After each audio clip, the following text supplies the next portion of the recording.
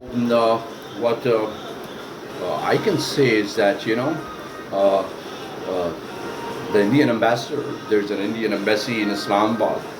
An Indian ambassador is free to move around and meet diplomats or anyone he is interested in. To me, India is a country defined through its economic success. Its business. Indian businessmen are known. Indian professors are known all across the world.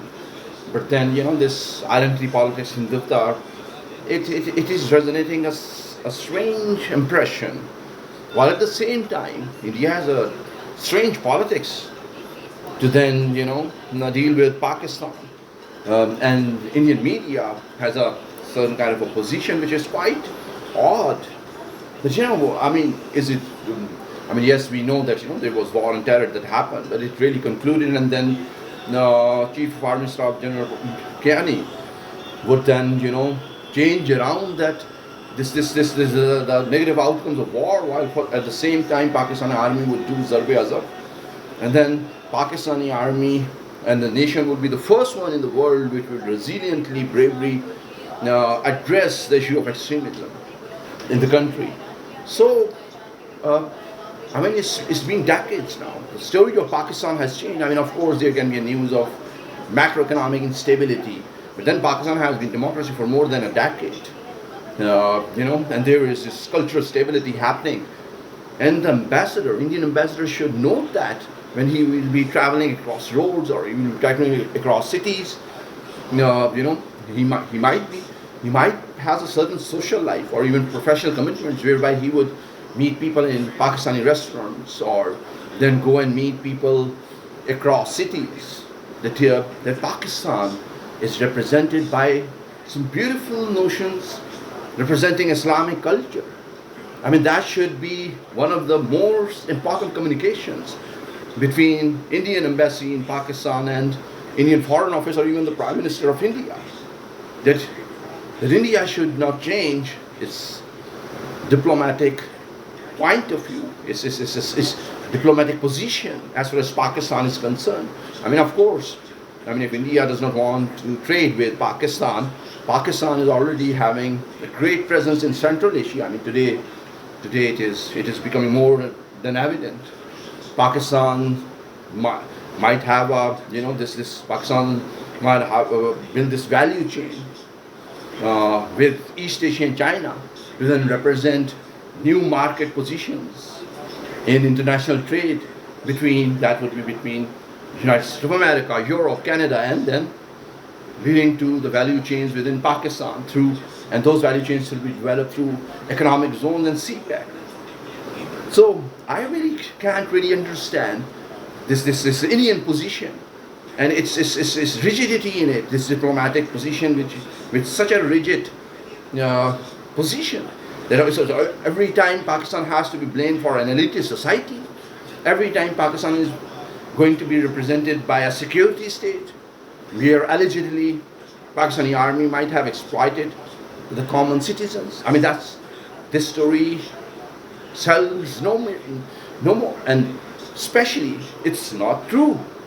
Things have changed in Pakistan. Pakistan has an economic challenges, but then if you start reading the literature of informal economy, then you would understand. If you start the many vlogs I have made which represents cultural valuations would simply say that monetary valuation might not be the comprehensive picture to then create definitions of economic prosperity. GDP, national GDP. It's important, it's very important. I know as an economist it is very important to represent as many in the population as you can.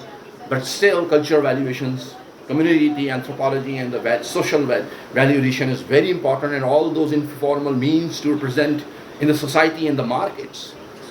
So, yes, maybe there is macroeconomic instability, but every economist know that that data has quantitative analysis have limitations. The data is not perfect. It's an average data. It does not really represent the nation. But yes, of course, it is very important to then have a far-reaching policy implications of economic progress defined through economic progress and welfare and inequity. So Yes, of course, I know that, I mean, being an economist, national GDP is very important to understand. Inflation rates count in reality, especially for the people who are salaried class. Tax regime counts. But then, uh, as a Pakistani, I would say to India that, your ambassador did not roam around in Pakistan, Pakistani streets, Pakistani cities, Pakistani markets and restaurants. Didn't he notice? I mean, Pakistan is a thriving nation of people with thriving culture. Where how would you define Pakistan? Is culture values of compassion, dignity, care, love, bravery, resilience, trust, ethics. So I mean, and for that, then you make such a linear statement, which is preposterous. And while at the same time, you suddenly start talking about this war against these people. I mean, it's your neighbor. I mean, of course, if you have something against Islam and Muslims, which it should not be. I mean, no Indians and Hindus define this anti-Muslim rhetoric that BJP promotes. Congress is a great party. Congress is central to secular identity of India. Maybe it's not that popular. I mean, there's going to be dynamics. But then, Prime Minister Modi is Prime Minister of India. He should be representing some kind of understanding for the most important neighbor Pakistan India has, and it's Pakistan. I mean, this impression, Pakistan, of course, it's an Islamic Republic of Pakistan, and there are majority Muslims, and they have a culture which has representation in great Islamic civilization. But then, Pakistanis don't spend all day talking about religion. Pakistani don't represent a culture where, 24/7, there is spiritual exposition and spiritual show of spiritualism. Instead, happy moments are shared. Instead, achievements are shared. Achievements which provide confidence and fulfillment are shared. Hard work is being represented through every Pakistani, every adult Pakistani. Pakistanis have built great schools, great universities, and great businesses. It's a thriving society. So that's linear definition needs to be changed, and that is what I think, I mean, of course, everybody knows about what nuclear deterrence is all about. I mean, and everybody knows that, this Indian rhetoric is trying to affect the confidence, the cultural stability Pakistanis have achieved after really coming really strong out of war on terror. I mean, an outcome of impossibility seems to be, if you look around and consider the developing world and the examples how they have managed the conflict. So it's a hard work, it's ingenuity, it's bravery. And therefore I have written a book where I would just recently with artificial intelligent language model, where I would say that, military is a profession. I mean, it's not that, this issue that, okay, let's have a linear explanation of Pakistan's progress. In military dictatorship, Pakistan had a good growth, economic growth. In democracy, Pakistan does not have a good economic growth. So what about cultural stability, my friends? Democracy has always represented Pakistan with cultural stability, which is so important to represent the real value, which is represented through progress, essence of economic progress. I mean, it's the culture. I mean, democracy has come with cultural stability, and then one can easily then say that, of course, next would be political stability, and then economic progress, and Pakistan would be another Asian tiger. And that's the complete story. And then army is a non-development expenditure, my friends. Army, if you understand the security dynamics, it's a strategic representation of a certain governance model.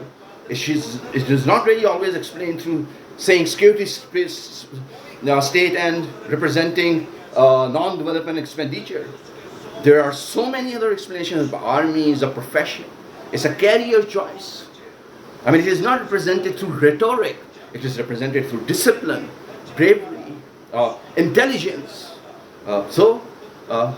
For wars between militaries is something which I have no idea about. I mean, I was going from Johor down to Lake City. 1,000 thoughts came into my mind, and especially I was so amazed by the beauty of Lahore. Well, imagine, some Air Force pilot flying for a mission, spending an hour of flight, or somebody, artillery soldier sitting in a tank, 1 hour, journey to the border with the tank. I mean, so it is a whole world. And then you say that, then there is Haji coming into Pakistan from the borders. I mean, this is, my friend, serious. India saying Pakistan is still represented by extremist notions of jihad, which is actually notions of freedom for Kashmiri people. And then, this ISPR has said that, these Kharijis represent a southern Indian policy, maybe foreign policy. And that's what I'm saying. India, Pakistan, the Indian ambassador, it seems to be, and whoever the staff, either they have not communicated correctly or nobody listens to them. Because as far as I'm concerned, my knowledge is concerned, you send your best diplomat, somebody who is really positive about that country, to that country.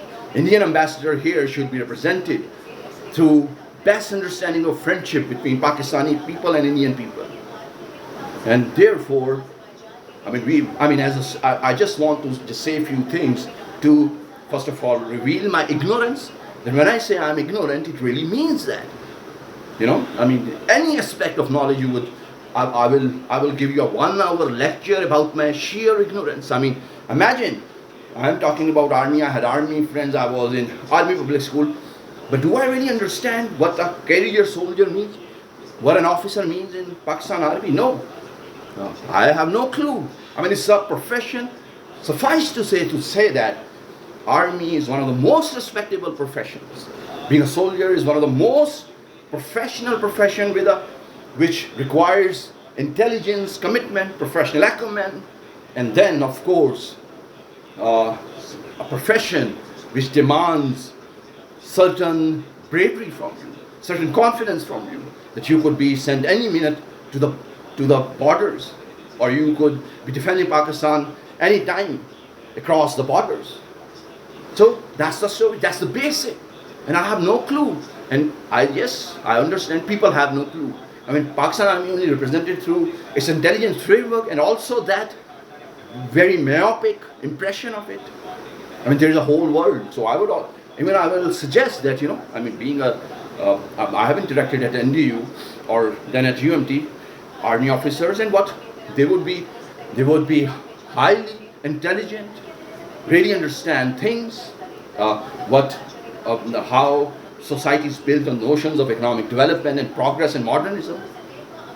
So, first, I'm saying yes, imagine this is the level of the ignorance, and I will speak only for myself. But what most important is that, of course, really good to listen to our Honorable Prime Minister Shehbaz Sharif. Amazing, the Field Marshal has been represented there as well. General Asim Munir, and of course this Pakistan nation and Pakistani leadership and Pakistani security forces created this deterrence. Amazing achievement. And being an economist, I'm just representing and revealing my ignorance in some questions.